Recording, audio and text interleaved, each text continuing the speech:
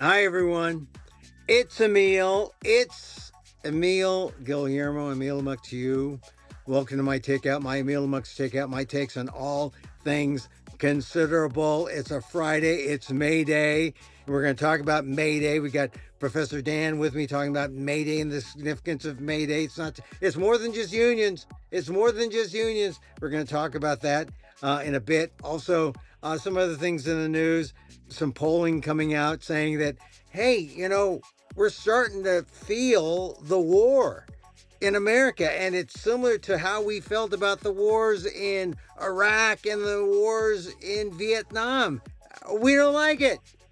So we're going to go over those polls. Interesting polls, right? I mean, it just says, hey, uh, I I think we made a mistake. And it's funny. I always wondered when the war first began 6 weeks ago that when are people going to break out the peace signs? The peace signs. The little. I bought some. I happened to be doing my one man show, 69 Emil Muck in Fresno, and there was a small hippie contingent of people selling peace signs then, and I thought, oh, I guess we're going to be seeing this nationwide soon. Well, it's beginning. 6 weeks after, it's happening. So anyway, before we get to our program with Professor Dan, we're going to talk to him. I just want to tell you about what's going on tomorrow, May 2nd, at the San Francisco Public Library. Professor Dan and I are going to be at the main library in San Francisco, 100 Larkin Street. It's free, absolutely free, at the Hormel Room, third floor. And we're going to have, people see us do this show and they say, hey, we like your show, but, you don't have any call-ins, or people don't get to speak back to you. Well, here's a way to speak back to us. We'll ask you questions. You tell us what's on your mind. It's May 2nd. It's the day after May Day. It's also the first or the second day of Asian American Pacific Islander Heritage Month. And since Dan is a professor emeritus, Asian American Studies, College of Ethnic Studies at San Francisco State University, I thought, what better person to have talking about AAPI month and the patterns of immigration that have created our community. We're going to get into all that. That's tomorrow, May 2nd. Don't miss it. It's free at the San Francisco Public Library, the main library, 100 Larkin Street. Yeah, May 2nd, Saturday. The Hormel Room, a nice, cozy room, just me and you and Dan, and we're sitting up there. If you're a regular listener to our secret podcast, drop on by, see us live. Hormel Room, third floor. It's free. Did I say free? May 2nd, Saturday at 2 o'clock. We'll have some fun. So, a couple of things I wanted to mention. I do this show here, 69 Emil Muck. Not this show. This show is Emil Muck's Takeout. My one-man show, which is kind of a, I was trying to describe it to my friends as, think of it as Spalding Gray meets Ferdinand Marcos. It's that kind of show. If the world through my lens, as a news guy, and doing humor and talking about life and my TDS. I mean, people know what TDS is now. I've heard someone say TDS. TEDS? What is that? What is TDS? Well, I talk about that. I talk about living in this world.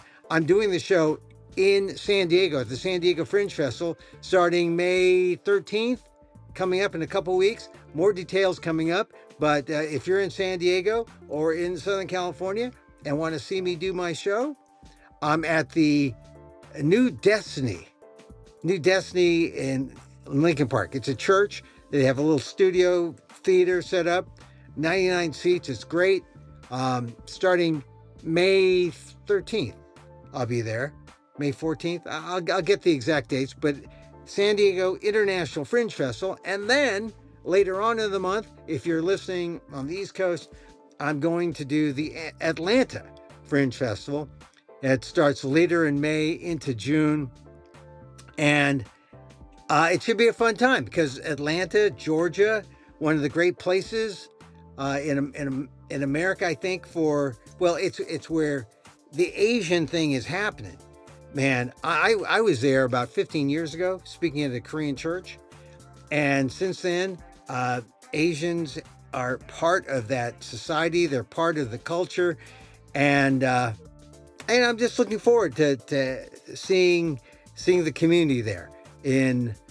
I forget that there's a district, there's an arts district where I'll be playing. It's the Atlanta Fringe Festival. It's later in May, so more details to come on that. All right, so that's Emil Amok and what I'm doing. But tomorrow, big deal. May 2nd at the San Francisco Public Library, at the main library. I'll be there with Professor Daniel Phil Gonzalez. It's free. And what do you know? Here, we got him right here. Daniel Phil Gonzalez is right here with us. If my fingers, I don't know, you were there and then you're not. Oh, there, oh. There you are. Hi, Dan. Hi. Hey, so thank you. Oh, no. Oh, no, you got to switch. Okay, I feel much more comfortable on the left. Yeah. Yeah. So it should actually be like this. I should be on the far left. Far left. Yeah, for me. I'm like so centrist. Yeah. So Dan, we're going to do this show live on Saturday at the San Francisco Public Library. It's just I figured, people who listen to us and they don't, they say, hey, you never let us talk, or, we have questions to ask of you. This is an opportunity they could do that. And also listen to us talk about the day after May Day, which today is May Day, which is a significant day. Yeah. And then also it's the second day of Asian Pacific American Heritage Month. What do you think is, one of the points that we're going to talk about immigration and history, and immigration then and immigration now. But what do you think is the most important thing to bring about on Asian American Pacific Islander Heritage Month 2026?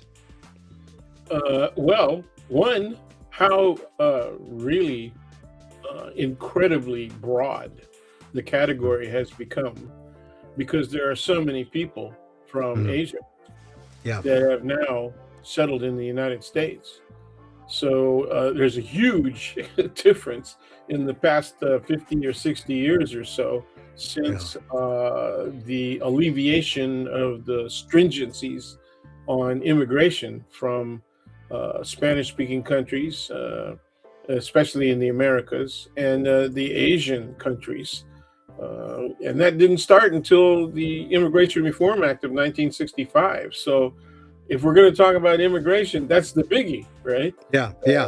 And then that, the effects of that have brought us to the position that we're in right now, with the attempt to reverse the effects of immigration by mass deportation. Yeah. And what's funny is that this week we saw the Voting Rights Act be gutted and be essentially reversed back to they already got rid of Section 5. Yeah. For the most part, it's 85-90% disassembled, and now Section 2 is also gone or ineffective. And so the Voting Rights Act was voted on in 65, same year as the Immigration Reform Act. Yep. So and the thing is, we're seeing these reversals. We saw it in civil rights, which was 64, the Civil Rights Act. Yes. Many reversals within the Civil Rights Act, including affirmative action. Now, Voting Rights Act, we're seeing reversals with that Section 2 that you mentioned. And now, with the Immigration Act, we see how there really is a move. We see how this is part of a broader plan to reverse all this stuff that came in the 60s, more than 50 years ago. Project 2025. Yeah, it's happening. It's happening. So, I mean, when we talk about it then and now, we see, oh yeah, look, this was happening then and it was better now until 2025. And then now we see the reversal. And we'll talk about the impacts to communities. Like I was talking about going to Atlanta and how Asian Americans in particular, they're all over the country in all these different places where there never were any Asian Americans. Or extremely few. Yeah, extremely few. I Right. mean, there were Asian Americans in the South because there was some migration from California to, say, Mississippi. And while that migration happened, I'm sure there was some Asians, mostly Chinese Americans, who ran grocery stores along the freeways Well, of, don't forget the galleon trade. Don't forget galleon oh yeah, trade. right. Even before the galleon trade, where there were Filipinos that came in through Filipinos, Louisiana. And, Chinese, yeah, miscellaneous Asians, yeah, all trying to pretend that they were the other ethnic group. yeah. You had Right. Well, Chinese pretending to that be Filipinos, and you had Filipinos pretending to be Chinese. yeah. Well, it was advantageous. Even in California, they had Filipinos who, well, especially after World War II, who said, "Hey, I'm not Japanese. I'm not Japanese." And we had Chinese saying, "I'm not Japanese." So it's funny how the Well, community. and you had Japanese saying, "I'm Chinese." Oh yeah, yeah, yeah. That's right. I mean, it's just funny how the community has evolved and how it's never been as united as one would think. You know, Exactly, exactly. yeah, So, and so when you say it's Asian American, mm, month, yeah, that's huge. Okay, and what really we should be talking about, as much as commonality, right, mm, is mm. difference. Yeah, oh There's yeah, great differences among and between all of the ethnic groups. A lot of it depends on the essential character of the countries from which the immigrants came. Their nations of origin, and mm, also their the conditions in the United States at the time they arrive. Okay, and also their socioeconomic status.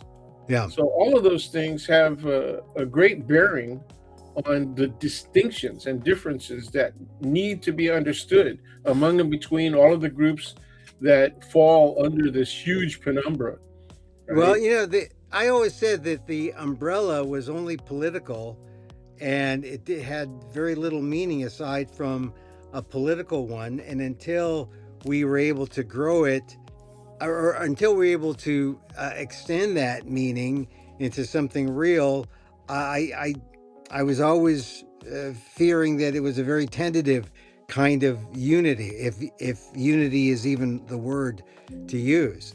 So we'll discuss how where we are now in 2026, and how I think we have seen some Asian Americans understand that this coalition is real and it's worth preserving.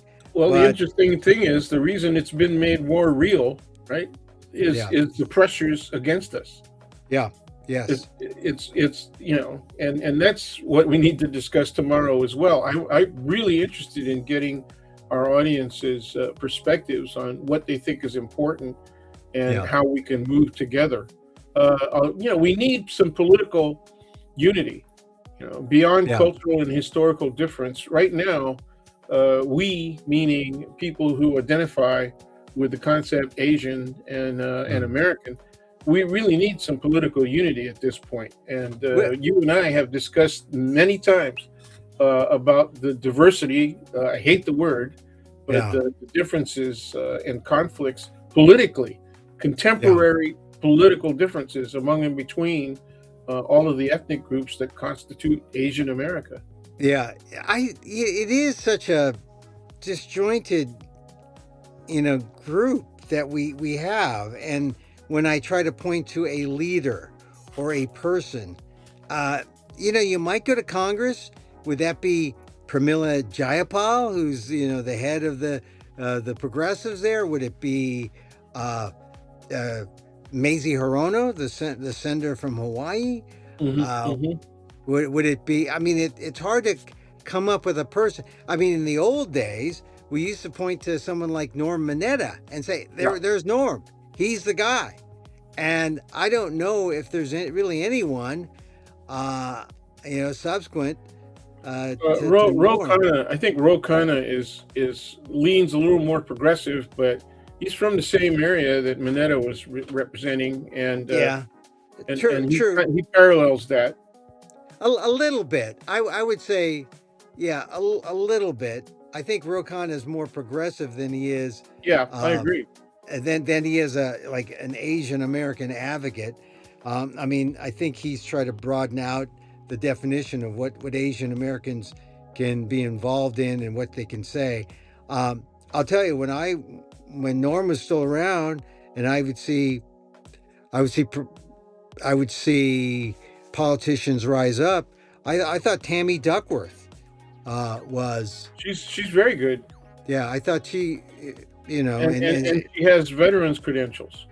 yeah, she's been, she's a wounded vet, decorated vet.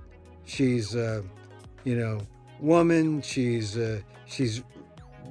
just climbed the ranks in politics And from she's from a state swingy house, state. She's from a swingy state, and she's done well there. Illinois. I think she'll be in the Senate for a lifetime. Yeah. She's not that advanced in age, so she would be what I would consider the middle guard. Yeah, Uh, I like Tammy Duckworth, she's very and good. yeah, and I just, like I said, right now when we look to who are the leaders of Asian America, uh, we've just mentioned three women.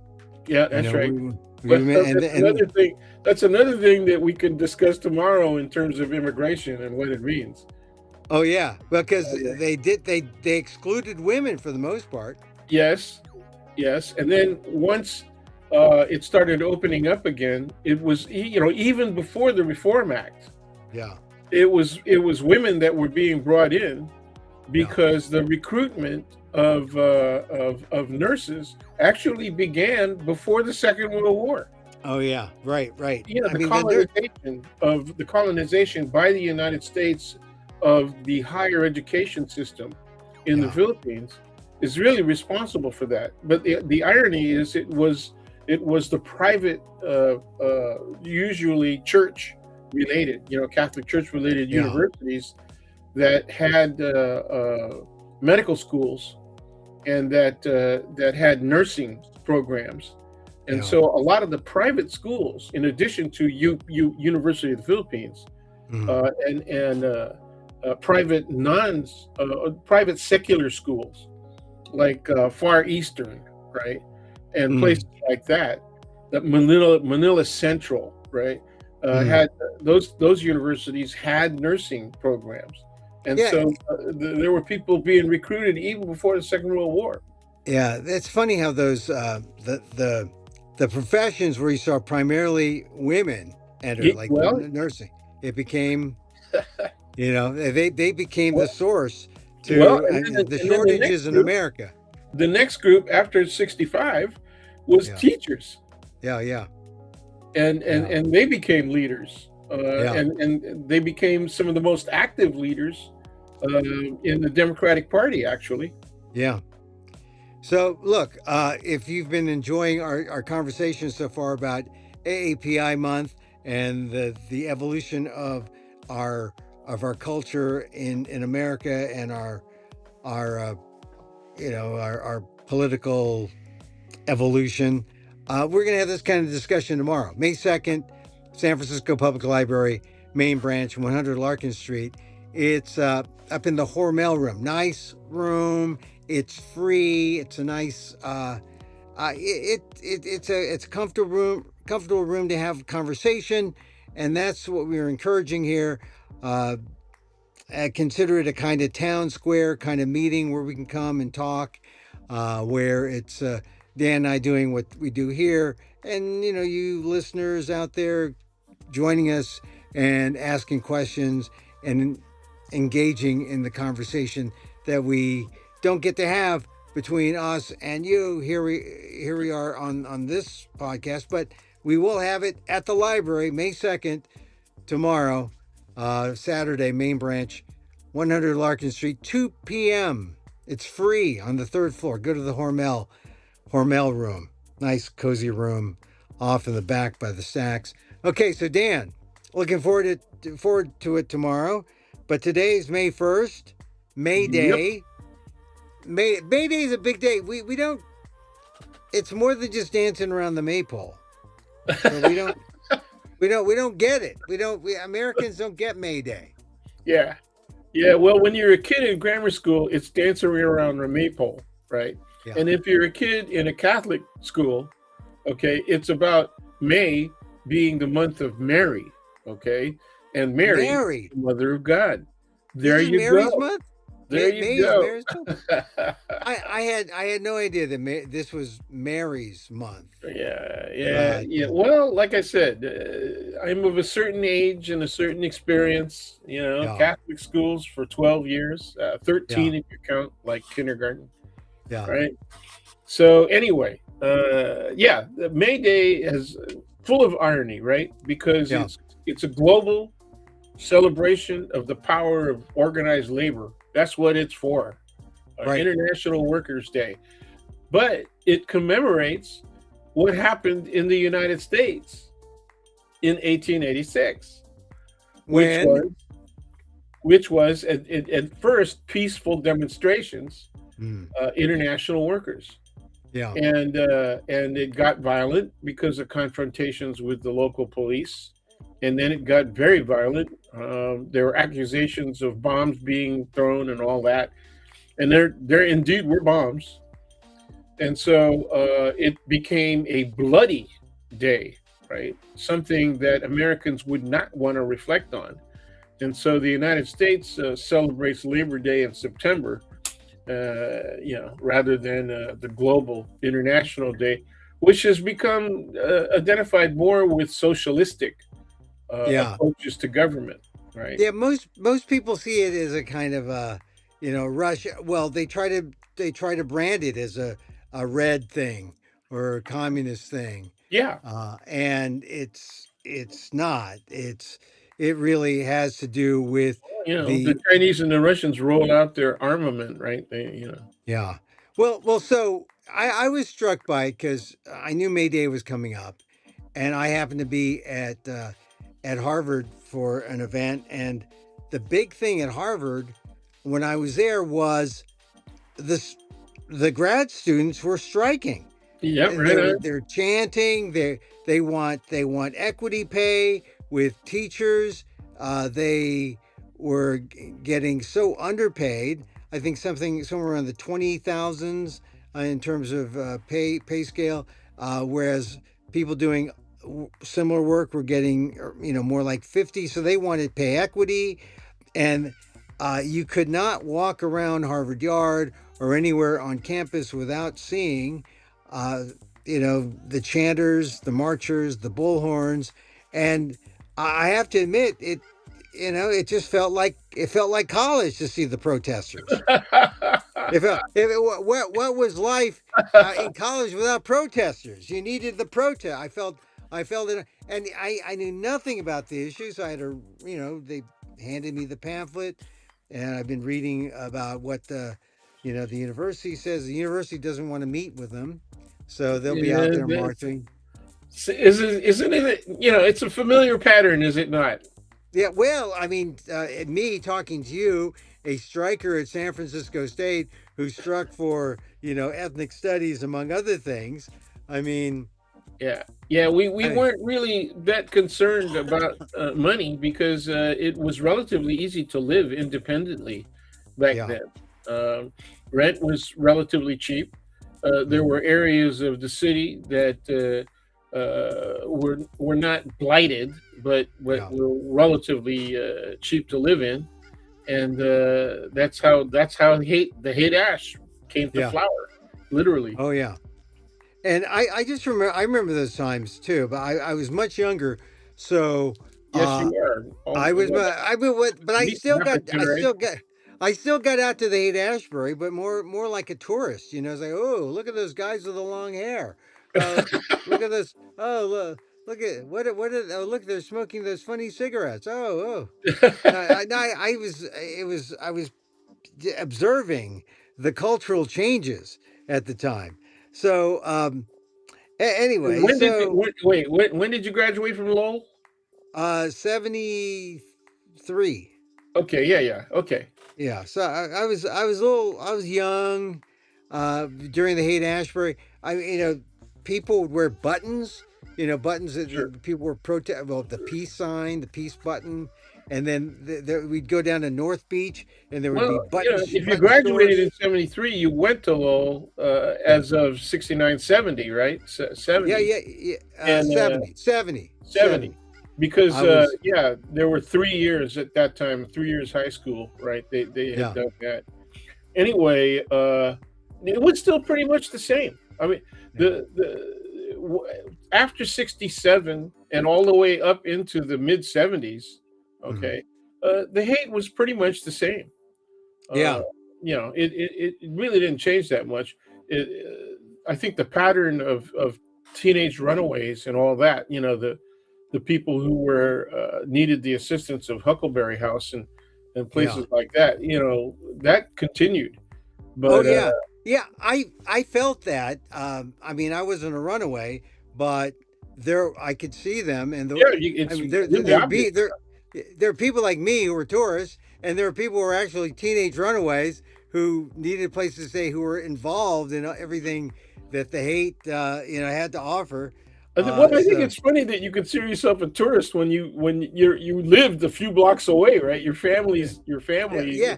But the I city mean, is not that big, man. I considered myself a tourist to the counterculture.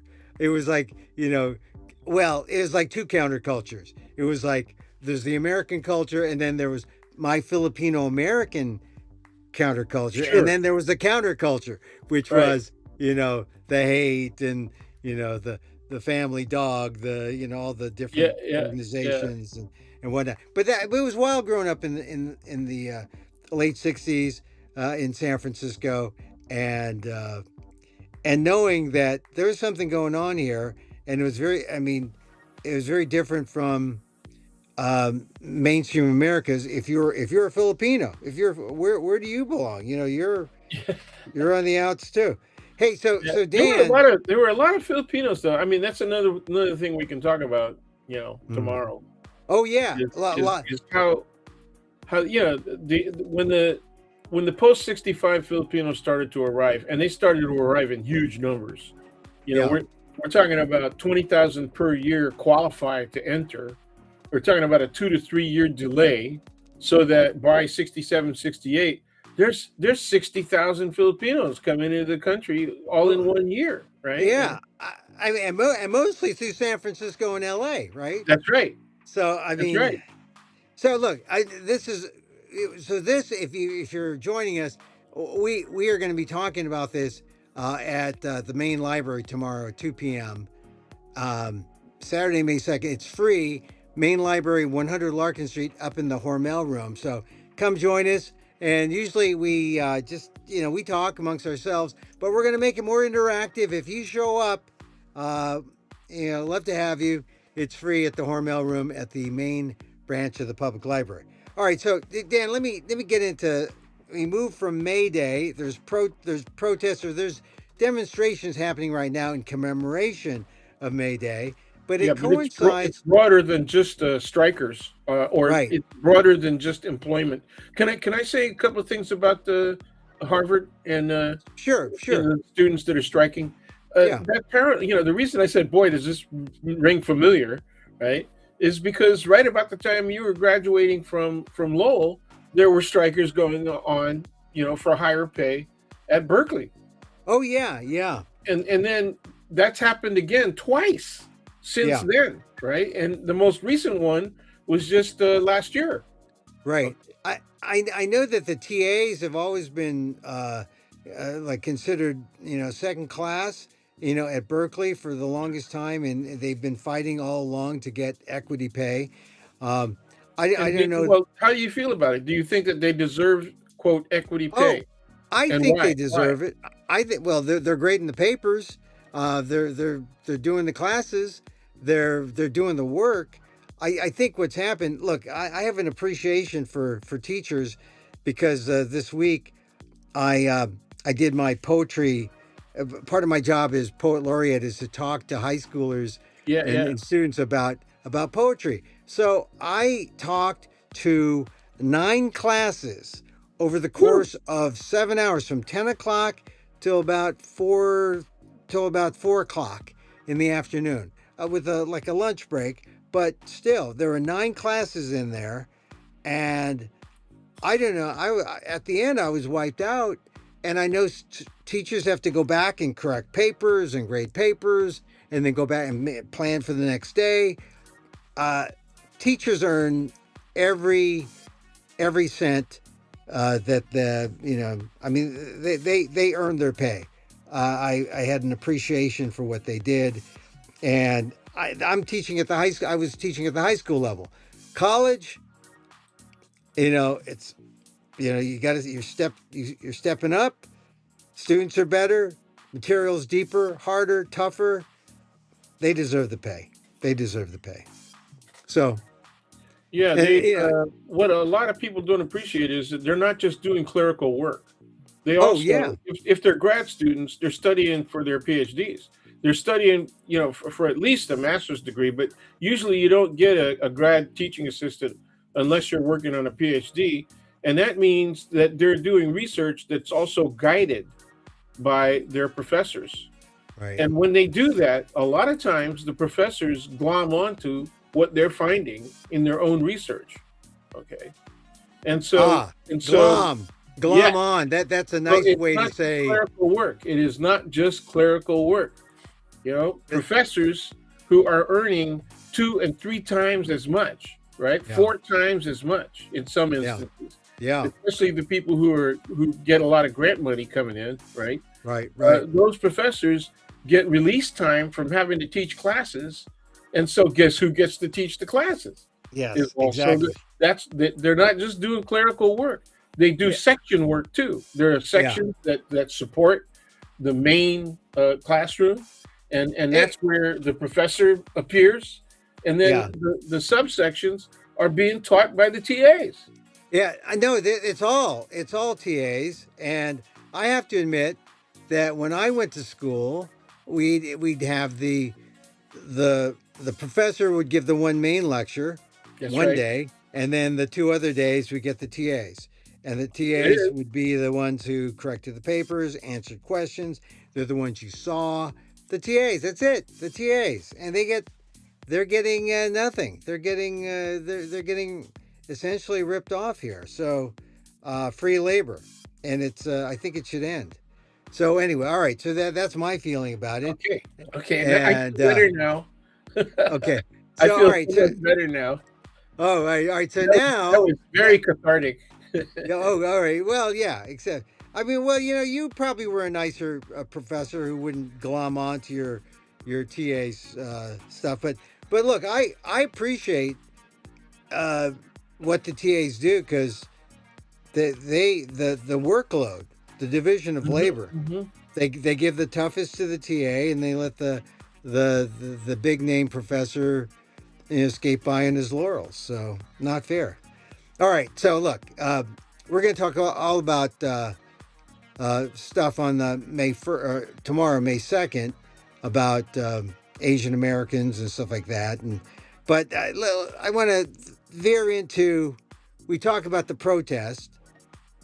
Something caught my eye. These polls, new poll out that said U.S. military action against Iran. 36% Yeah. said it was the right decision. 61% said it was a mistake. I mean that is a huge number. That 61% said it's a mistake. 61% saying wrong decision to military action against Iran.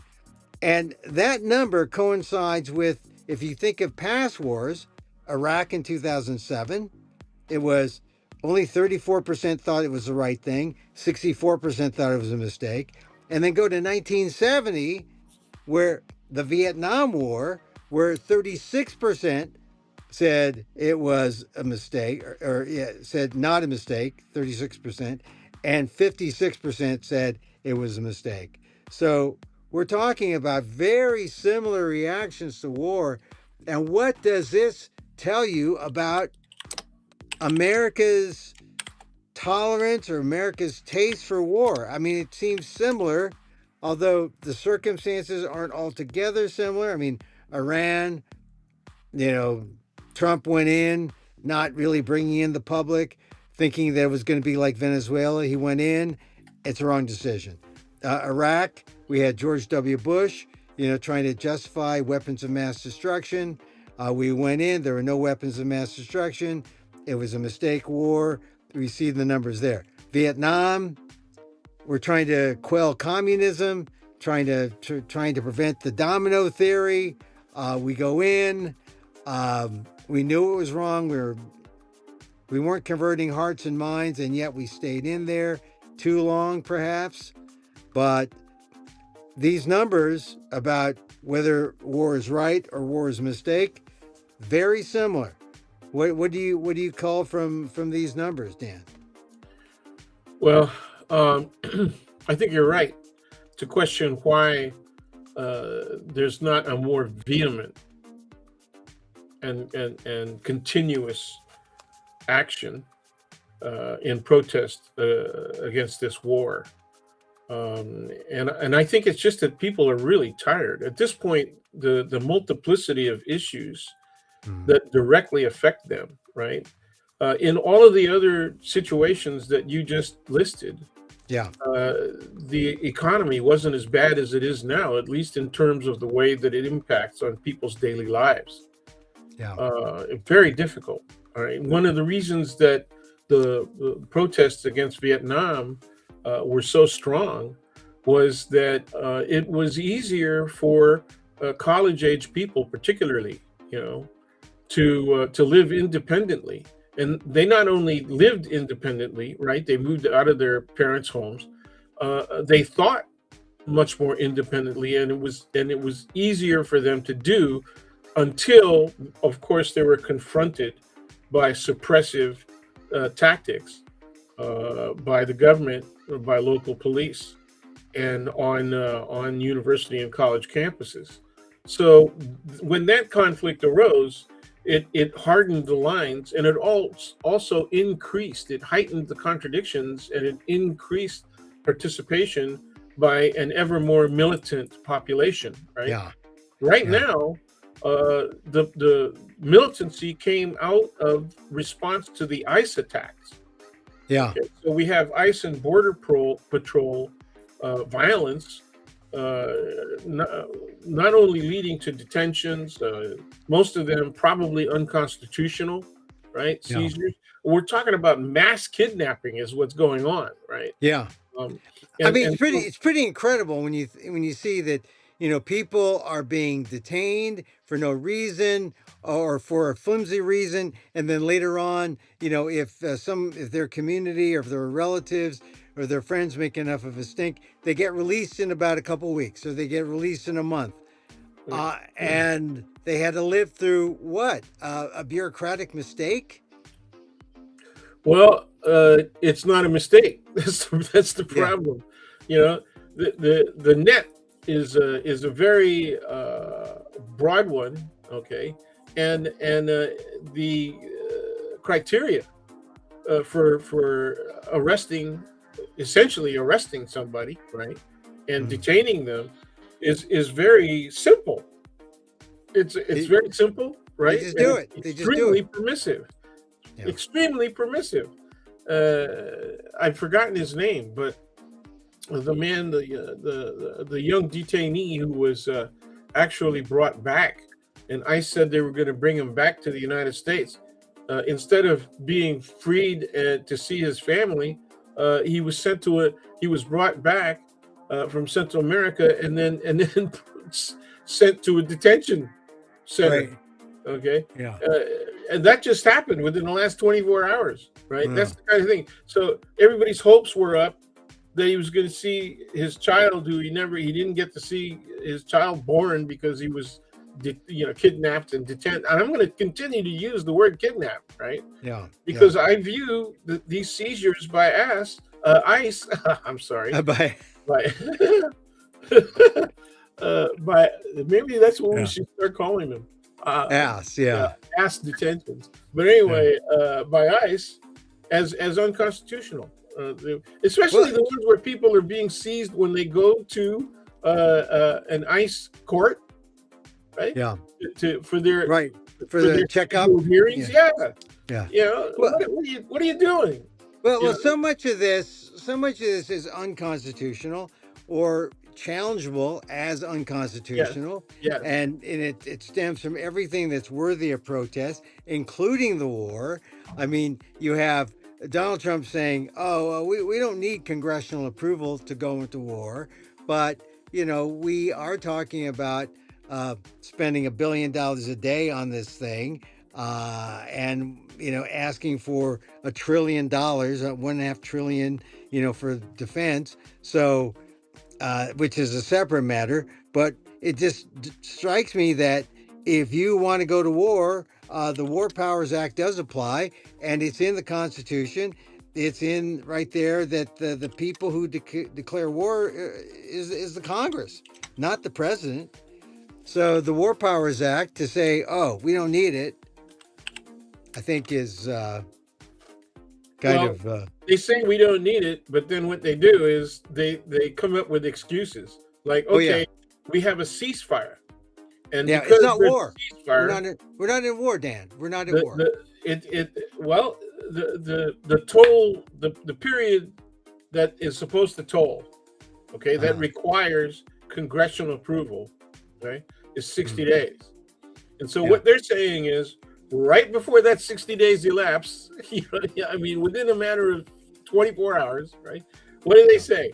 There's a ceasefire, okay? Yeah. Therefore, More okay, the time. 60-day period told. It ceases to toll. It's over. And you can't, now you got to start the clock again. They're Yeah. saying is we're looking at a new, if the war resumes and hostilities resume, you got to start the clock again, man. Yeah. Well, this is the thing. I think Republicans are losing the taste for it, and it seems that there's some who are peeling off and coming across and saying this war is BS. But I think it also coincides with the fact that the gas prices have risen, and people are now starting to see the gas prices rising as a reliable war indicator. This is the war indicator that uh, that they feel. I mean, it's been easy to say, "Oh, over there, we're not part of that." No, we're part of that. And every time you fill up your tank and you pay, and it's going to cost you what, $75 to fill up your gas tank. I mean, that's Depends on the size of the tank, right? You well, got yeah, all right, those 10 people out gallons. there with non-hybrid SUVs Yeah, and pickup trucks, they got a problem. They got yeah. a real problem. I mean, yeah, if you're working, you got your pickup, or if you're Well, and 10. people interviewed on the street are saying, "Well, I got to make a choice between how much I drive and how much I eat." Well, I'm going to tell you right now that that choice is disappearing. You're going to have to determine that you're going to eat differently, okay, and you're going to not drive as much. It's as simple as that, right? Yeah, Some in the short term, people were saying, I'm not going into work. I can't yeah. afford to go into work. And so now they're trying to find other public transportation.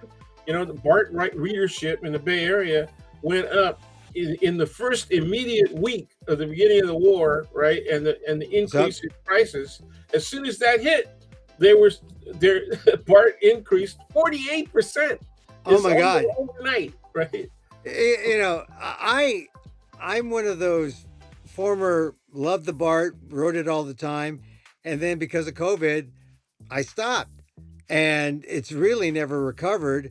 But I'm And glad to hear that the war that's is like that's that's bringing back exactly what happened. people, Well, I which got means really bad news for all of those people who are saying, well, if you listen to the public say, as soon as this is over, right? uh, As soon as we have peace, the prices are going to drop. Okay, oh yeah, that's not going to happen. yeah, Okay, the ripple effects of all of this will take months. I mean, we're going to be talking about early 2027 for yeah, much of this stuff to be repaired at all. And in yeah. the meantime, right, we've exhausted 50 to 55% of the munitions, specific munitions that we've Mhm. been using to fight this war in Iraq, right? And it people said Yeah. at the rate that we built our storage, right? Our Yeah. stored munitions, right? It would take about 10 years Yeah. to It's rebuild it. we went in like with the grand finale kind of attitude. They're going to bow down and they're going to like kiss our feet after we bomb them back, the Stone Ages, right? They didn't do that. And now, we used up our grand finale and now we got to ask for more money, and where we don't know where we are at the war. We're in this double blockade situation, which doesn't make sense. And meanwhile, gas prices keep growing, and people realize that Trump has no clothes, right? Uh, I don't care about what he's wearing or whether he's naked. I care about whether or not he has a brain. Yeah, Okay. well, they have no brain there. Dan, what the current gas price? What I've seen gas here in California. If you want premium, it's over 7, right? I haven't seen that yet because I haven't gone out of town that much. Oh, Okay. I've seen it. But yeah, I have seen references to it being 7. I've looked it up online, and yes, it's over I 7 premium. and then if you're not at 7, if you're at a cheaper place, maybe 680, six Yeah, seventy sure. five. Yes, You know, that's so clear. Yeah, so premium has been over $6 at most places yeah. for maybe 3 weeks to a month. Yeah. Yeah, and I don't know, but I cut back on driving a little bit. I still drive. I cut back. I've changed my vacation plans though. Like I was going to go abroad in August, but I just felt like I'm not so sure if this is the Hey, time to hey. if this is the time to be the ugly American. This In really, yeah. If I the only, I've been trying to talk Linda into let's take a trip to Canada because we were going to do either Asia again or Europe. She prefers she hasn't seen Italy yet, so she would prefer to go to Italy. yeah. And Well, the Vatican, got the Vatican. You got the Vatican pizza, and you got what else? we want to see Venice while the sidewalks are for the most part, except in the wintertime, above water. Oh Yeah, yeah. You got the gondolas, yeah, yeah, and then yeah, hey, but Winnipeg in July. This yeah, guy yeah, Emil Amuk's going to be in Winnipeg. A yeah, lot of Filipinos there. A lot of Filipino history in Winnipeg. yeah. And Winnipeg is better when it's defrosted rather than when it's Actually, frozen. that also ties in. The fact that there's Filipinos in Canada ties in to our discussion about immigration tomorrow. Oh yeah, yeah. I mean, You can even do a better comparative on that basis than I would because you've been to Canada so many times. well, I mean, I just think I'm always amazed at the Filipinos that I see there, and they always say, "Yeah, this is where we were able to come. We were able to That's go right. when That's we right. weren't able to go to the U.S." Even And before 1965, yeah, particularly right right, between the end of the war, between 46 and 65. right, and going there primarily as labor, Yes. but there were we're also talking about Philippine immigration post 2000. Okay. And post 1980, Okay. the laws being more just more favorable to Filipinos to go there than to the U.S. And so some they have relatives both in the U.S. and in Canada because Yep. some went there, some went, so even in my family, my brother-in-law has family in Canada, not in the U.S. and the U.S., but they were split because of the way the immigration laws were. So anyway, Canada. How did we get talking about Canada? I Oh, guess. because we were talking about taking Vacation. trips.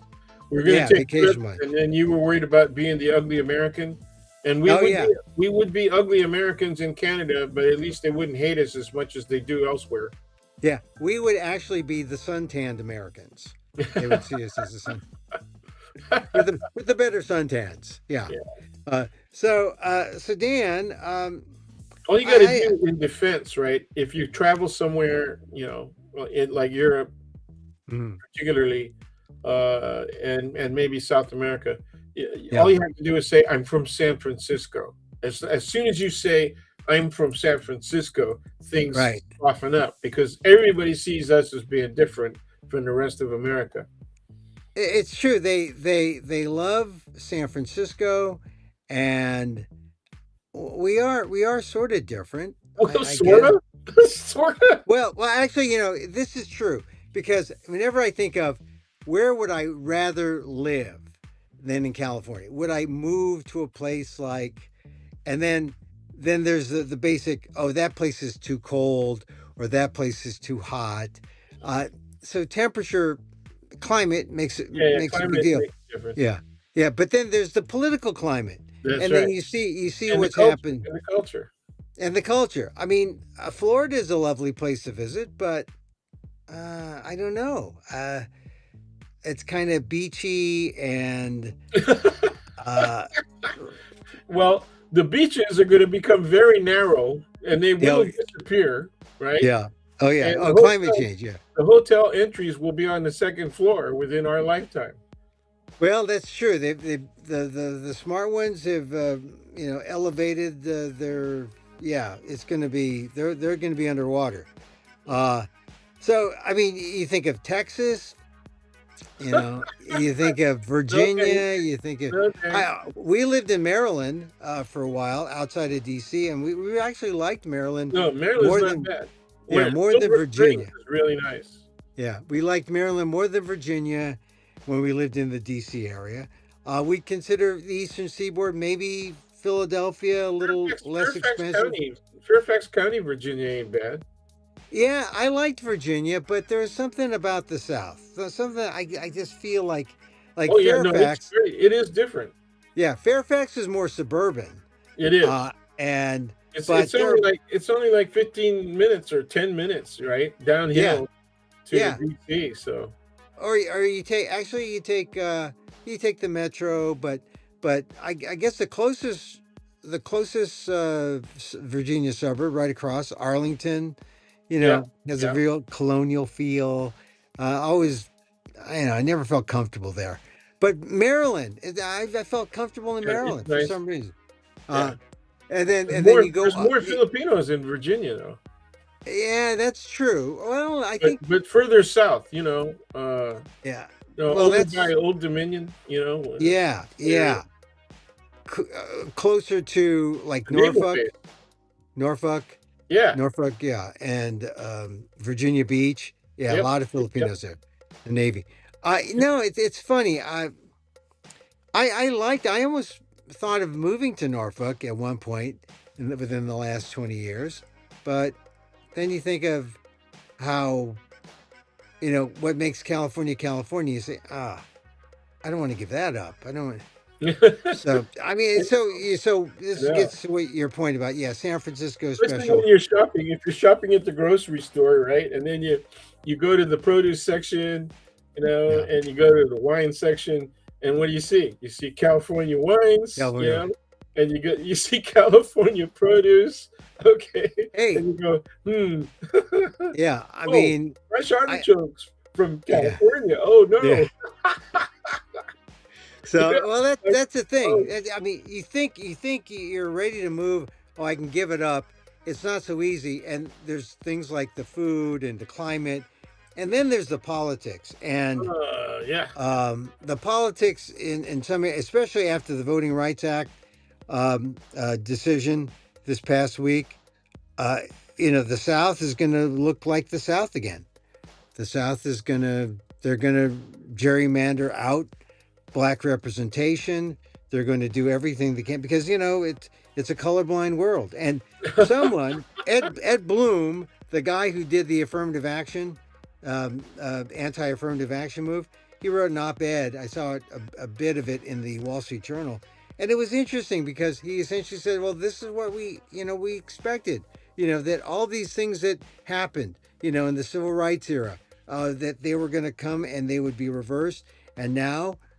In terms of electoral politics, this has happened to the Voting Rights Act, and it's happened to America that we've righted the ship, right? They're so happy that they've done this, and I see it as, oh my God, they've just sent back America to the, you know, pre 1965, which is, Well, I can't oh, wait to see what they. I can't wait to see what happens. If this holds, and the mm, Democrats aren't able to reverse a lot of this in the first couple of years, after they take the House, and I believe they're going to take the Senate too. Okay, mm, if they can't reverse this, they might not win the presidential in 2028. And if they don't do that, a lot of these effects will continue.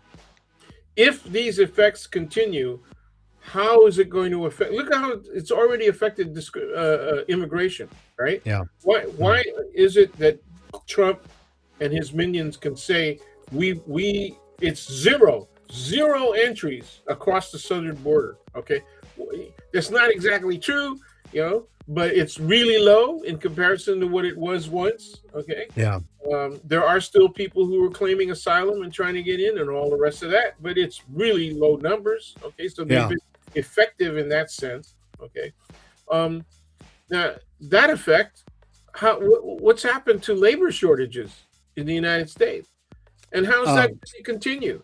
So if that happens, even with construction, right? What are the two industries most affected? Agriculture and construction. yeah, Okay, and those are the ones most affected. Now, yeah, think about hospitality too. oh yeah, Hotels, restaurants, okay? They're also hurting with labor shortages.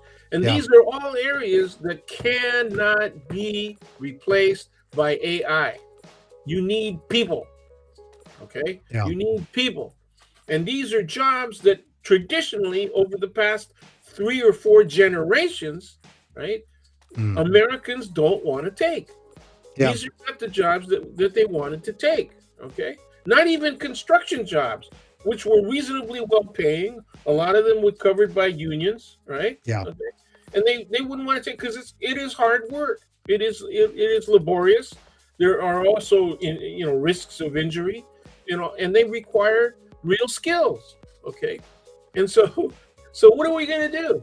I mean, the answer to why housing is so expensive is build more housing. Okay, yeah. have we done that? You know, yeah. The What last about time there was jobs? even an What? attempt was like under Clinton. The Yeah. last time it was a decent attempt was under Clinton. Well, what are we going to do about jobs? How do we create more jobs? I mean, get rid of AI. We'll preserve more jobs. No, get everybody to do farm work and construction. Oh, farm work and construction. Get There's them out no. in the fields. Well, Okay. this is what the Filipinos did in the 20s, right? Um, They and did farm work, farm and work, they farm did work and migrant work. hospitality. Farm work and hospitality. Yeah. In the cities, Hey, we did hospitality. We did restaurant, hotel. yeah, but I think you're right though. If the Democrats don't, I think it's going to take longer to turn around the ill effects of the Voting Rights Act. I want to give them more than 2 years, but Oh hell, uh, if they may not have that time. They may not have that. no, that's my point. Okay, Yeah, there are a few of the people, of the middle generation, younger even than you. People that are in yeah, their 40s right now, maybe yeah, their early 50s, and then there are a few in their late 30s that are running for office. They've got the right idea. They know what needs to be done, and they're talking about it. They're actually saying this is what needs to be done, and this is how we're going to do it. I so don't build it. hear enough of the Democrats saying that. I don't even hear it from the California gubernatorial candidates. Well, they don't. Yeah, I the only thing I hear from them is Sire's a billionaire, and that's it. Most of the Democrats are are beating up on Steyer for being a billionaire, which probably is the right thing. They're all But honking the same horn, including the yeah, Republicans, the two Republicans. They're yeah, all honking yeah, the same horn. They have taken up the affordability. They keep using the word affordability. Okay, yeah, quit yeah, doing that. Quit saying I see your pain. Quit cut that stuff out and yeah, tell me how you're going to address that problem. Okay, yeah. at No, least Steyer says I'm going to make more houses. we're going to make more. We're going to make 1 million new houses, right? Yeah. Man says we're going to make more houses. Becerra, we're going to make more houses. Okay. Even Hinton says we're going to make more houses. How are you going to do that? Tell me how you're going to do that. What's the solid plan? Are you going to get government to actually support, okay, contractors making more homes? How are you going to do that? Are you going to get them? You give them tax breaks? What's the answer? All right. More specifics. We're going to have another debate on CNN next week in the gubernatorial race. One last story I want to talk about because, a week ago, Saturday, we weren't, I was enjoying myself on my trip with my wife, and we were in Boston, and this happens where a gunman charged the White House Correspondents' Dinner. It was news on that day, Saturday, but I'm kind of surprised at how it's kind of fizzled since then. I mean, they caught the guy. He's the accused attacker, Cole Allen, 31. They've got video of him running through a magnetometer.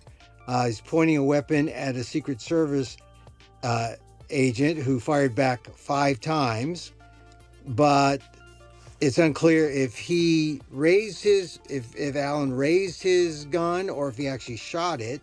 So there's some discussion there. And Cole Allen was very subdued yesterday, but I was surprised at how everyone's trying to brush it off. Is this just like it was not a big deal? Donald Trump doesn't think it's a big deal. When he was asked about it today, that he didn't want to comment on it today. I mean, I'm just kind of surprised that Trump isn't doing more with it, or maybe he's trying to show himself as invincible. I don't know. What do you think? He's got too much else on his mind, and I think there are a lot of questions about the outer perimeter and how well Secret Service had set this thing up, especially in light of the Butler assassination attempt, right? Which only missed by a couple of inches, and which resulted in an innocent man who happened to be in the line of fire dying. Right. In the stands, right? Yeah, and so you had Butler, and clearly they said, okay, we got to extend our perimeter. Okay, how do you extend your perimeter when you're in a facility that's got 1,000 rooms? Okay, what do you do? And so having a magnetometer on another floor, okay, when the ballroom is downstairs, I mean, they're so open to attack. I mean, it's just really, really ridiculous. Yeah. And that's, I think, one of the reasons that they want to put this thing behind them, because it really makes the whole security thing look more than simply questionable. It looks like it was inept. There's no good answer that makes the government look good. And, Trump tried to change this subject somewhat by saying, oh, this is why we need a ballroom, but it's not really the reason why we need a ballroom. I mean, he can talk about it, but it's not the reason. Yeah. And then, I mean, I'm not saying what Cole Allen did was right. He charged the magnetometer, raised the gun. I'm not even sure what he fired, if he fired, but they were able to subdue him. They're trying to determine that. They're trying to make sure that it wasn't friendly fire, the crossfire. But I don't know if I mentioned this to you the last time we spoke, but in the video, as they're showing people charging down the stairs to that floor, right, and charging towards the ballroom, right, because you got to come down some stairs and then make a left turn and head for the ballroom. Two agents were coming down the stairs saying, beware of crossfire, watch out for crossfire. They were saying that as they were coming down the stairs. Okay. So I don't know why nobody's mentioned that. Yeah. Well, I just see that Cole Allen may not have fired a shot, but everyone else fired a shot at him. Yeah, and they missed. And they missed. And everybody missed. And so they hit the wall. So it's the ineptitude of the Secret Service, the difficulty of having an event like this at the Hilton. And I've been at the Hilton for White House Correspondents' Dinners in the past, and I'd have to say it's not it. I mean, I wasn't a gunman. I was just a reporter. So I got through without any question or without any issue. But someone who wanted to get through, well, he did. He just went through. He ran through, and there was a kind of a lax sense. So I think this is not a slam dunk that they want to like, ride around and take a victory lap. So the less they mention it, the better. That's That's why that's maybe they. that's yep. That's That's exactly why it's a dude. that's my I mean, but hypothesis. I was surprised also that on Saturday where I was, something like this would have in another time been such an important thing. Like, oh my God, they shot someone. Someone's going after the president. I mean, people would have stopped and when they'd remember where they were at the Yeah, time. yeah, yeah, It's yeah. like, and this is almost like oh, it's not a big deal. It's sort of, even Trump today when he was asked, he said, "Oh, I'm fine. I'm fine." He just went right by it, and it just suggested that, wow, uh, like you said earlier, we got so many other things to worry about that something like this, where maybe possibly the president's life was in danger, doesn't even register all that much. I mean, on Saturday, not one person. I mean, actually, one person, because he was sitting next to me and I had my phone, and everyone was looking at their phones to figure out, oh, is everything all right? And they figured it was, and then we went on with the party. The party goes on. You know, it didn't spoil our Yeah, party. Although I yeah. was concerned, I went when I got back to the hotel room. I was watching, and I was kind of aghast to see what would happen, and no one knew anything. But Trump certainly thought he knew everything by going up and having a press conference, like right after, right, with Cash Hmm. Patel. So, I just wanted to note it was less than a week, and we've moved on. Just like the war, six Yeah. 6 weeks, we're moving on. So much going on, and this is the normalcy of Donald Trump. So Yep. Yep. anyway, Well, Dan, so let's put a cap on this.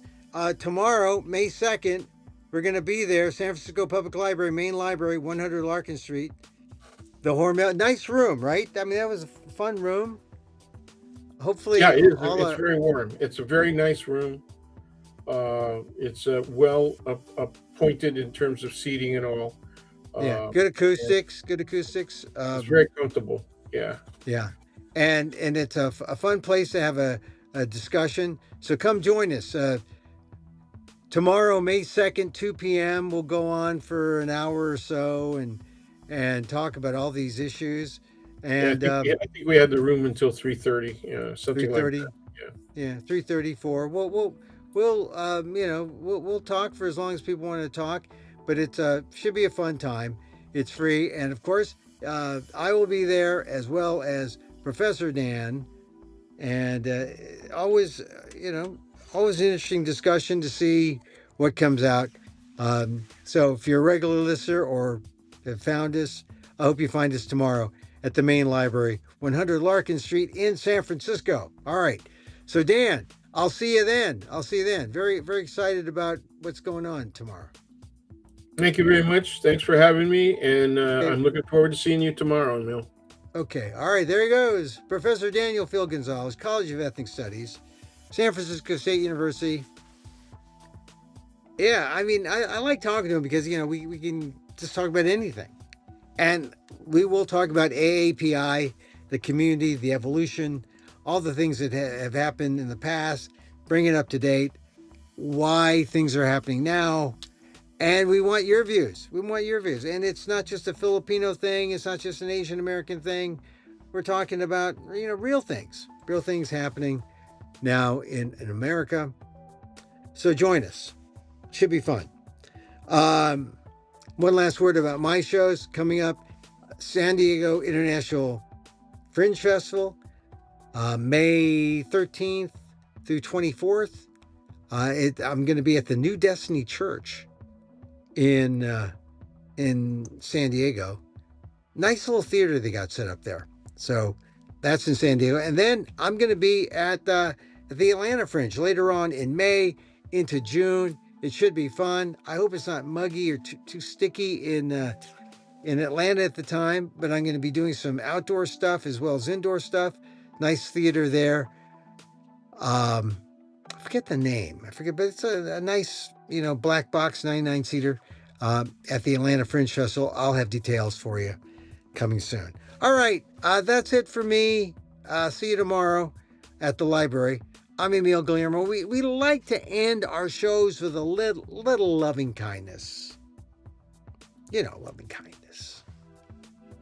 Little loving kindness. I have all my meditative gurus, Sharon Salzberg. This is her loving kindness meditation. It works. It's worth saying every now and then. Whenever you feel like, you're not as loving, not as kind. Now you say this a few times and you incorporate the entire world. Just bring them in to your empathetic powers. And so, as I wish for me, I wish for you. May you be safe. May you be happy. May you be healthy. And may you live with ease. See you live tomorrow at the Public Library. Emil Guillermo here. Till next time.